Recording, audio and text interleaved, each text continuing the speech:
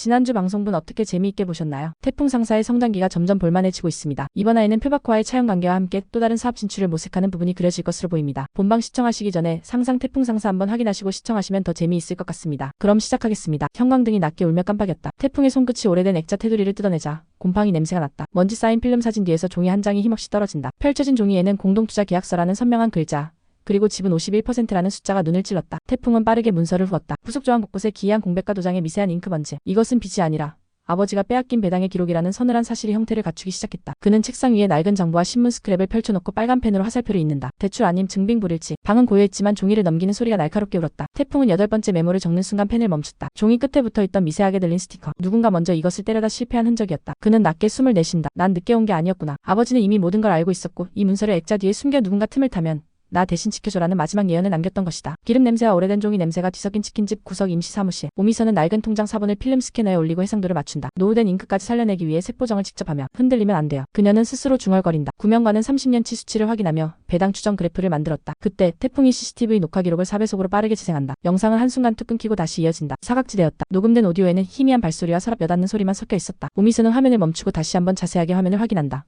어두운 푸른색 정장 소매 끝에 그림자 한 줄. 구명관은 고개를 들지 않은 채 표상선 비서실 사람이겠지라고 낮게 말했다. 누군가 정확히 액자 뒤까지 다녀왔지만 그들이 가져가고 건드린 것은 남지 않았다. 태풍은 CCTV 화면 위에 한 문장을 적는다. 결정적 증거가 들어온 곳은 결국 아버지가 예상한 그 자리였다. 이 사무실은 이미 적에게 노출되어 있었다. 표사장의 지하 파쇄실. 거대한 파쇄기가 금속 이빨을 드러낸 채 쉬지 않고 돌아간다. 문서가 투입될 때마다 무겁게 찢어지는 소리가 진동처럼 지상까지 올라왔다. 표사장은 재무자료, 계약서가 적힌 상자를 검토한다. 그는 천천히 뒤집어 문서 하나를 손톱으로 긁는다. 잉크가 미세하게 번진다. 이건 남기면 안 돼. 그는 그 문서를 말없이 파쇄기에 밀어넣는다. 천장의 CCTV 빨간불이 깜빡이는 순간 그는 카메라를 의식하며 고개를 든다. 그러나 그 순간 파쇄기 아래 바닥에 미세한 종이 조각 하나가 떨어져 나와 굴러갔다. 거기엔 날짜 1997년 11월 28일이 보였다.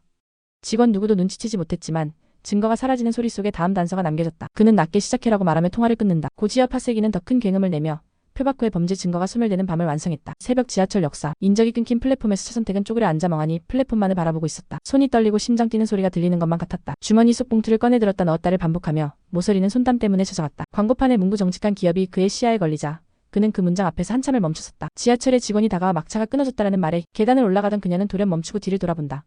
지하철 바람이 불며 봉투 속 종이가 살짝 들린다. 봉투 속에는 차용증 사본의 사본과 그가 8년 동안 숨겨왔던 짧은 메모가 들어있었다. 그는 오래된 공중전화기 쪽으로 걸어갔지만 손가락이 번호를 누르지 못한다. 그는 깨달았다. 자신은 여전히 그날의 선택에서 벗어나지 못했고 표사장에게 발목 잡힌 과거가 묵직하게 매달려 있다는 것을. 허름한 합숙소. 간판주차 없는 문지방 앞에서 태풍은 가방을 내려놓고 무릎을 꿇는다. 구명관은 수염이 거치게 자란 채 창틈에 걸터 앉아 먼 곳을 본다. 태풍은 머뭇거리다 짧게 말했다. 같이 해요. 이번엔 제대로. 구명관의 눈가가 미세하게 흔들렸다. 과거 회사를 떠나던 날의 죄책감이 다시 떠오르는 듯했지만 그는 아무 말 없이 천천히 손을 내밀어 태풍의 손을 잡았다. 오미선이 위임장, 도장, 전산등록 용지를 건넨다. 그녀의 말은 차갑지만 단단했다. 서로서로 함부로 굴지 말자. 이번엔 기록으로 가자. 관리인은 귀찮다는 듯 문서에 도장을 찍고 그들을 내보냈다. 문 밖으로 나온 세 사람은 말없이 걷지만 발걸음은 하나도 흐트러지지 않았다. 그들의 사이에는 신뢰는 말로 전해지지 않는다. 함께 쓸 도구가 생겨야 공유된다는 무거운 약속이 걸려 있었다. 한 팀이 다시 만들어졌다. 이번엔 누가 흔들어도 부서지지 않게 기록과 절차의 완성으로만 움직이는 팀이었다. 태풍은 액자에서 나온 51% 공동투자 계약서를 유리판 아래 고정한다. 그 아래로 낡은 장부, 신문 스크랩, 은행 전표를 키보드처럼 배열하고 스탠드 불빛이 문서를 서늘하게 비춘다. 오미선이 표지가 갈라진 1997년 장부를 건넨다. 태풍은 기록된 숫자 사이로 흐르는 부정확한 지출들을 손가락으로 짚는다. 몇몇 숫자들은 후에 덧칠한 흔적이 있었고 새로 쓴 글씨의 획은 기울기가 달랐다. 그는 펜을 내려놓고 입술을 풀었다. 누군가가 아버지의 기록을 교묘하게 손댔다. 입술이 마르고 방 안의 공기가 멈춘 듯 고요해졌다. 서류 끝에 붙은 스티커 하나. 누군가 먼저 때려다가 실패한 듯 들려있는 그 작은 흔적. 태풍은 난 늦게 온 게 아니었구나라며 작은 숨을 내쉰다. 아버지는 이미 모든 걸 알고 있었고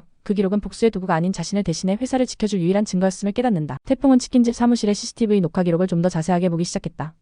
한 달 분량의 영상이 뚝 끊기고 이어지는 사각지대. 녹음된 오디오에는 희미한 발소리와 서랍을 여닫는 소리가 섞여 있었다. 누군가는 정확히 액자 뒤까지 다녀왔지만 그 그림자는 남지 않았다. 유미선은 화면을 멈추고 확대한다. 그림자 한 줄, 체격은 남성, 어두운 푸른색 정장 소매 끝이 미세하게 포착된다. 구명관은 고개를 들지 않은 채 표상선 비서실 사람이겠지라고 말했다. 태풍은 말이 없다. 대신 그가 CCTV 화면 위에 한 문장을 적는다. 결정적 증거가 들어온 곳은 결국 아버지가 예상한 그 자리였다. 이 사무실이 표사장에게 노출되어 있음은 분명했다. 태풍은 오히려 확신을 얻는다. 움직이고 있는 건 표사장만이 아니며 지금 이 순간에도 누군가 이 사무실을 감시하고 있거나 혹은 보호하고 있었다. 표사장의 지하 파쇄실. 그의 손은 떨렸지만 눈빛만은 유례없이 날카로웠다. 증거가 사라지는 굉음 속에 표박후의 조급함과 다음 단서가 함께 남겨지는 밤이었다. 치킨집 절반을 빌린 임시 사무실. 형광등은 희미하지만 책상은 깔끔했고 화이트보드는 빼곡했다. 구명관이 도착했을 때 태풍은 이미 문서를 정렬해두고 있었다. 오미선은 낡은 금고를 열어 장부 사본을 꺼낸다. 모든 것이 즉석에서 만들어진 사무실이었지만 세 사람의 손놀림엔 일종의 전투 준비 같은 긴장감이 있었다. 태풍은 말없이 액자에서 나온 투자계약서 원본을 내민다. 구명관의 눈이 크게 흔들린다. 이게 진짜였네. 그는 고개를 들지 못한다. 오미선은 전산 프로그램을 설치하고 10개가 넘는 스캔 파일을 폴더별로 정리한다. 태풍은 그걸 바라보며 느릿하게 숨을 내쉰다. 여기까지 와준 사람들이 있다는 사실이 그에게 숨결같은 힘을 만들어주고 있었다. 이제 그들은 아버지의 빛이 아닌 아버지의 유산을 되찾기 위한 태풍 상사 2.0을 선언한 것이다. 오미선은 직원실에서 표지가 갈라지고 글씨가 발행 강진영의 노트 한 권을 꺼낸다. 첫 장에는 선명한 필체로 태풍아, 숫자는 숨겨도 진심은 숨지 못한다는 문장이 적혀 있었다. 태풍은 손끝으로 그 문장을 따랐으며 눈이 빨개진다. 그가 다른 페이지를 넘기자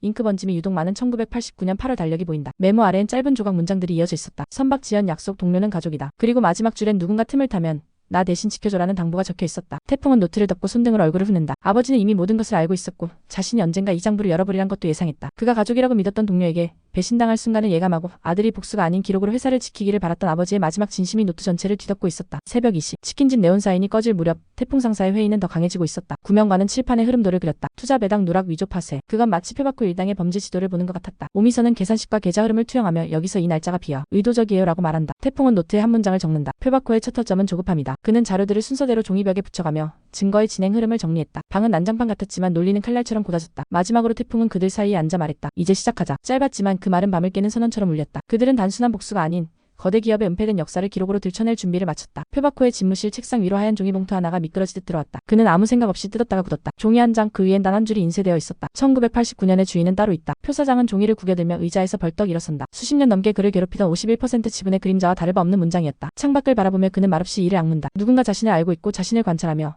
자신에게서 무언가를 빼앗으려 한다는 느낌. 비서는 그를 보며 말을 잇는다. 표사장의 방은 갑자기 더 추워졌고 그의 손은 떨렸지만 눈빛만은 유례없이 날카로웠다. 그는 강태풍이 아닌 다른 누군가가 이 전쟁을 시작했음을 직감하며 극도의 불안감과 분노에 휩싸인다. 새벽 치킨집 뒷마당. 태풍은 찬 공기를 마시며 잠시 숨을 고른다. 오미선이 조용히 다가오자 태풍은 말한다. 내가 너무 늦게 알았어요. 아버지께서 왜 당신을 믿었는지 이제 알겠어요. 그의 말보다 더 큰 건 그의 눈빛에 담긴 깊은 미안함이었다. 오미선은 무슨 말인지 묻지 않고 고개를 저으며 전 그저 맡은 일을 한 것뿐이에요 라고 말했다. 하지만 그녀도 손을 내리지 못한다. 둘 사이엔 미묘한 공기의 결이 흐른다. 태풍은 조용히 한마디 더 한다. 난 당신한테 고마운 게 너무 많아요.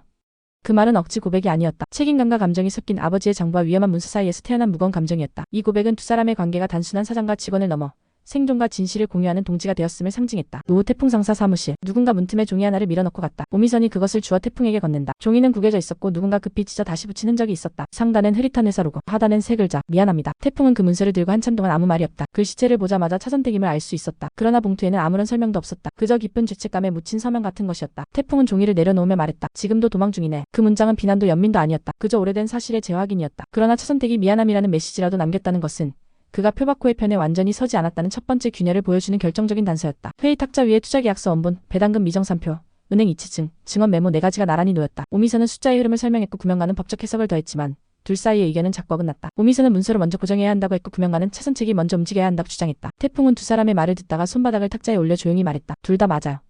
하지만 먼저 해야 할 건 예상 못한 방향이에요. 그는 문서를 하나 들고 투명한 유리에 대본다. 그리고 속삭인다. 이건 표사장이 쓴 글씨체가 아니야. 순간 공기가 굳었다. 그것은 단순한 위조가 아니라 공동작업이라는 뜻이었고 내부에 또 다른 공범이 있다는 섬뜩한 사실을 드러냈다. 태풍은 계약서를 역광에 비추고 필기 앞, 회계 속도, 잉크 번짐을 표사장의 서명과 비교한다. 필적이 너무 달랐다. 회기 곱고 속도가 일관되지 않았다. 구명관은 말없이 커피잔을 내려놓는다. 그럼 누가 대신 썼다는 거냐. 태풍은 보조 파일에서 차선택의 옛 업무 일지를 꺼내 계약서 서명란과 나란히 놓는다. 세 사람의 눈이 동시에 굳는다. 필적이 너무 비슷했다. 서명 위조가 아니라 압박에 의한 대필이었다. 태풍은 낮게 중얼거린다. 차차장이 그때 잡혔던 게 이거였구나. 오미선은 입술을 깨물고 시선을 돌렸다. 구명관은 한숨을 쉬며 말했다. 진짜 지옥을 지나온 사람이네. 51% 계약서 뒤에는 차선택이라는 한 여자의 무너진 양심과 8년의 고통이 숨겨져 있었다. 태풍은 사무실 벽면에 차선택의 흔적들을 하나씩 붙여간다. 그가 남긴 메모, 전화통화 기록, 폐기된 사내 이메일 로그. 모두 조각조각이었지만 연결하면 도망치고 싶지만 버리지는 못하는 사람이라는 한 사람의 마음이 있었다. 오미선은 차분히 모은 문서 위에 노란 포스트잇을 붙인다. 차선택은 아직 표사장 쪽에 서지 않았어요. 그건 분명해요. 구명관은 문제는 그가 언제 돌아오느냐지라고 말했다. 태풍은 문 쪽으로 걸어가 잠금 장치를 확인하고 불을 끈다. 우린 기다리면서 준비하죠. 차장님이 돌아올 자리를.